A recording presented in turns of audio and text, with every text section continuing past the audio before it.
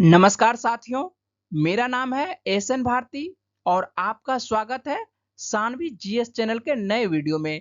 आज है 27 अगस्त 2024। हम लोग 26 अगस्त और 27 अगस्त 2024 से जितने भी करंट अफेयर्स के महत्वपूर्ण क्वेश्चन बन सकते हैं उस सभी पर डिस्कस करेंगे। पीडीएफ आप हमारे टेलीग्राम चैनल से डाउनलोड कर सकते हैं, जिसका लिंक मैंने इस वीडियो के डिस्क्रिप्शन में दे दिया है, तो आप इस लिंक पर जाकर टेलीग्राम चैनल ज्वाइन कर सकते हैं। चलिए शुरुआत करते हैं पहले क्वेश्चन से। पहला क्वेश्चन है, हाल ही में केंद्र शासित प्रदेश लद्दाख में कितने नए जिले बनाए जाने की घोषणा की गई है? तो 5 नए जिले बनाए जाने की घोषणा की गई है। गृह मंत्री अमित शाह ने केंद्र शासित प्रदेश लद्दाख में 5 नए जिले बनाने का ऐलान किया है। इन 5 नए जिलों का जो नाम है क्या क्या है? तो जास्कर है, द्रास है, शाम है, नुब्रा है और चांगथांग है। नए जिलों की घोषणा से पहले लद्दाख में केवल 2 जिले थे, जिसका क्या नाम था? लेह और कारगिल था। अब जो है इनकी संख्या बढ़कर 7 हो गई है। आपको बता दें कि भारत सरकार ने 5 अगस्त 2019 को अनुच्छेद 370 को क्या कर दिया था? निरस्त कर दिया था। और इसके बाद जम्मू कश्मीर और लद्दाख को केंद्र शासित प्रदेश का दर्जा दे दिया गया था। इसके बाद जो है 31 अक्टूबर 2019 से जम्मू कश्मीर और लद्दाख को 2 अलग अलग केंद्र शासित प्रदेश बना दिया गया था। इसके साथ ही राज्य में संसद के कई कानून लागू हो गए। ऐसे में जम्मू कश्मीर में विधानसभा होगी और लद्दाख केंद्र शासित प्रदेश रहेगा। ये जो आपके सामने में तस्वीर दिखाई पड़ रहा है, ये जम्मू कश्मीर और लद्दाख की तस्वीर है। और यहाँ पर जो है 31 अक्टूबर 2019 से जो है इस दोनों को विभाजित कर दिया गया और 2 जो है नया केंद्र शासित प्रदेश बना दिया गया है, लद्दाख और जम्मू कश्मीर। ठीक है। और पहले जो है लद्दाख में मात्र 2 जिला हुआ करता था। कौन कौन सा? कारगिल और लेह हुआ करता था। और इन्हीं दोनों जिलों को जो है विभाजित करके 5 नया जिला बनाया गया है। कौन कौन सा है? द्रास है, नुब्रा है, साम है, जास्कर है और चांग थांग है। ठीक है। और यहां पर देखिए आपको जो है पाक ऑक्युपाइड कश्मीर भी लिखा हुआ है एक तरफ, और एक तरफ अक्साई चीन भी लिखा हुआ है। ठीक है। पाक ऑक्युपाइड जो है ये अभी भी वर्तमान में भारत का हिस्सा है, लेकिन इस पे जो है पाकिस्तान अधिकार करके रखा हुआ है। और एक तरफ जो है ये भी भारत का हिस्सा है, लेकिन इस पे जो है चीन अधिकार करके रखा हुआ है। और चीन से जो है भारत और चीन के बीच में जो सीमा रेखा है ये एलएसी है, और इसका क्या नाम है? लाइन ऑफ एक्चुअल कंट्रोल है। और एक तरफ जो है भारत और पाकिस्तान, तो भारत पाकिस्तान के बीच में जो है लाइन ऑफ कंट्रोल लाइन है। ठीक है, लाइन ऑफ कंट्रोल। और इसको क्या बोला जाता है? एलओसी बोला जाता है। ठीक है, एलओसी का नाम आप लोग सुने होंगे, एलओसी पर फिल्म भी है। तो यहाँ पर आप देखिए एलओसी, तो भारत और पाकिस्तान के बीच में जो सीमा रेखा है इसको कहा जाता है। ठीक है। और इधर जो है आपको भारत और चीन के बीच में जो लाइन ऑफ एक्चुअल कंट्रोल है। ठीक है। और इसको जो कहा जाता है एलएसी कहा जाता है। नेक्स्ट क्वेश्चन है, हाल ही में यूनिफाइड पेंशन स्कीम लागू करने वाला पहला राज्य कौन बना है? तो ये जो है आपको महाराष्ट्र बना है। महाराष्ट्र यूनिफाइड पेंशन स्कीम को लागू करने वाला भारत का पहला राज्य बन गया है, जिसके तहत 2004 के बाद सेवा में शामिल हुए कर्मचारियों को उनके अंतिम वेतन का लगभग 50% पेंशन मिलेगी। और नाम आता है महाराष्ट्र का। तो महाराष्ट्र के बारे में देख लेते हैं। महाराष्ट्र की राजधानी क्या है? मुंबई है। और वर्तमान में मुख्यमंत्री कौन है? तो एकनाथ शिंदे यहाँ के वर्तमान में मुख्यमंत्री हैं। और राज्यपाल कौन है? तो राज्यपाल जो है नए राज्यपाल यहाँ पर बने हैं महाराष्ट्र के। कौन बने हैं? सीपी राधा कृष्णन बने हैं। और लोकसभा की कितनी सीटें आती है महाराष्ट्र से? तो 48 सीटें आती है। और राज्यसभा की कितनी सीटें आती है? तो 19 सीटें महाराष्ट्र से आती है। नेक्स्ट क्वेश्चन है, हाल ही में एशियाई सर्फिंग चैंपियनशिप 2024 में भारतीय टीम ने कौन सा पदक जीता है? तो भारतीय टीम ने जो है रजत पदक जीता है। भारत ने मालदीव में आयोजित एशियाई सर्फिंग चैंपियनशिप 2024 में मारुहाबा कप में रजत पदक जीता है। और फाइनल मुकाबले में जो है जापान ने जो है स्वर्ण पदक जीता है। तो आप लोगों से क्वेश्चन पूछा जा सकता है कि एशियाई सर्फिंग चैंपियनशिप 2024 में स्वर्ण पदक किसने जीता है? तो जापान जीता है स्वर्ण पदक और भारत जीता है रजत पदक। और ये मुकाबला जो है कहां पर हुआ था चैंपियनशिप का? तो ये मालदीव में हुआ था और नाम आता है मालदीव का। तो मालदीव के बारे में भी देख लेते हैं। मालदीव की राजधानी क्या है? माले है। और यहाँ पर जो मुद्रा चलती है, कौन सी मुद्रा चलती है? रुपया मुद्रा चलती है। और राष्ट्रपति कौन है वर्तमान में? तो मोहम्मद मुइजू यहाँ के वर्तमान में राष्ट्रपति हैं। नेक्स्ट क्वेश्चन है, हाल ही में भारत के पहले रीयूजेबल हाइब्रिड रॉकेट का सफल परीक्षण कहां किया गया? इसका जो सफल परीक्षण है चेन्नई में किया गया। यहीं से एक और क्वेश्चन है, भारत के पहले रीयूजेबल हाइब्रिड रॉकेट का निर्माण किसने किया है? तो इसका जो निर्माण है स्पेस जॉन इंडिया और मार्टिन ग्रुप के द्वारा किया गया। और यहीं से एक और क्वेश्चन पूछा जा सकता है कि इसका नाम क्या है? इसका जो नाम है रूमी 1 नाम है।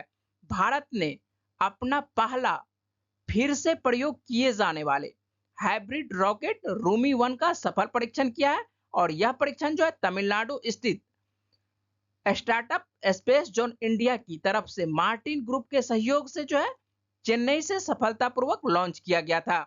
और रॉकेट को एक मोबाइल लॉन्चर का उपयोग करके लॉन्च किया गया था।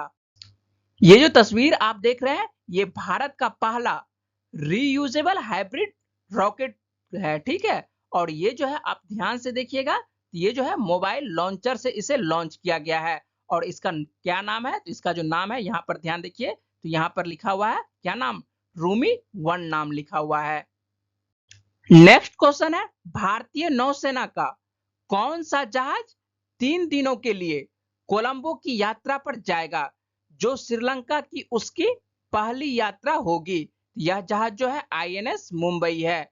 भारतीय नौसेना का जहाज आईएनएस मुंबई कोलंबो श्रीलंका की 3 दिवसीय यात्रा पर जाने वाला है।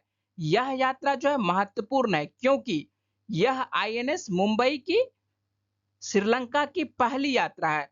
और इस वर्ष भारतीय नौसेना के जहाज द्वारा देश की 8वीं यात्रा है। यात्रा के दौरान आईएनएस मुंबई श्रीलंका वायुसेना के डोर्नियर समुद्री गश्ती विमान के लिए स्पेयर पार्ट्स पहुंचाएगा और विभिन्न संयुक्त गतिविधियों में भाग लेगा। और नाम आता है श्रीलंका का, तो श्रीलंका के बारे में भी देख लेते हैं। श्रीलंका की राजधानी क्या है? तो श्रीलंका की 2 राजधानी है। पहली राजधानी जो है श्री जयवर्धनपुरा कोट्टी है और यह जो है विधायी राजधानी है। और दूसरी राजधानी कौन सी है? तो दूसरी राजधानी कोलंबो है और यह जो है कार्यकारी और न्यायिक राजधानी है। और यहाँ कौन सी मुद्रा चलती है? यहाँ पर जो है श्रीलंकाई रुपया मुद्रा चलती है। नेक्स्ट क्वेश्चन है, कौन सी एयरलाइन समावेशिता को बढ़ावा देने के लिए अपने आंतरिक उम्मीदवारों के लिए लिंग तटस्थ सम्मानजनक शब्द MX शुरू करने पर विचार कर रही है? यह जो है इंडिगो के द्वारा 62% घरेलू बाजार हिस्सेदारी वाली एक प्रमुख भारतीय एयरलाइन इंडिगो अपने आंतरिक उम्मीदवारों के लिए लिंग तटस्थ सम्मान सूचक MX की शुरुआत का मूल्यांकन कर रही है। यह पहल जो है कंपनी के भीतर समावेशिता और विविधता को बढ़ावा देने के लिए इंडिगो की व्यापक रणनीति का हिस्सा है। नेक्स्ट क्वेश्चन है, केंद्रीय मंत्रिमंडल ने जैव विनिर्माण में अनुसंधान एवं विकास उद्यमिता और रोजगार सृजन को बढ़ावा देने के लिए किस नीति को मंजूरी दी है? यह नीति जो है बायो E3 नीति है। केंद्रीय मंत्रिमंडल ने बायो E3 नीति को मंजूरी दे दी है जिसे उन्नत जैव विनिर्माण क्षेत्र में अनुसंधान और विकास उद्यमिता और रोजगार सृजन को मजबूत करने के लिए डिजाइन किया गया है। इस नीति का उद्देश्य जो है बायो AI हब स्थापित करना है जो भारत के नेट जीरो कार्बन अर्थव्यवस्था को प्राप्त करने और ग्रीन ग्रोथ को बढ़ावा देने से है।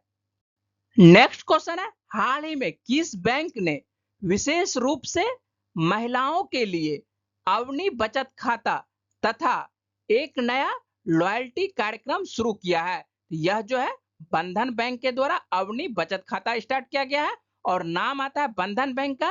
तो इसके बारे में थोड़ा जानकारी प्राप्त कर लेते हैं।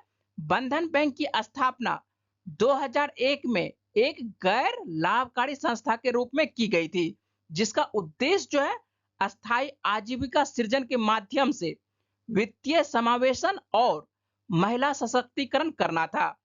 2015 में आरबीआई ने बंधन बैंक को बैंकिंग लाइसेंस प्रदान किया, जिससे यह जो है भारत में सार्वभौमिक बैंक बनने वाला पहला माइक्रो फाइनेंस संस्थान बन गया। बंधन बैंक ने 23 अगस्त 2015 को परिचालन शुरू किया। ठीक है, तो ध्यान देना है इसकी स्थापना कब होती है, तो स्थापना जो है 2001 में ही होती है, लेकिन आरबीआई के द्वारा जो है इसे जो है लाइसेंस प्रदान कर दिया गया कब, 2015 में। और 2015 में जो है यह 23 अगस्त 2015 के बाद जो है यह अपना परिचालन शुरू किया। ठीक है, और इसका मुख्यालय कहां पर है, तो इसका मुख्यालय जो है कोलकाता में है। और इसके संस्थापक कौन है, तो संस्थापक जो है चंद्रशेखर घोष है, और वर्तमान में यही बंधन बैंक के एमडी और सीईओ भी हैं।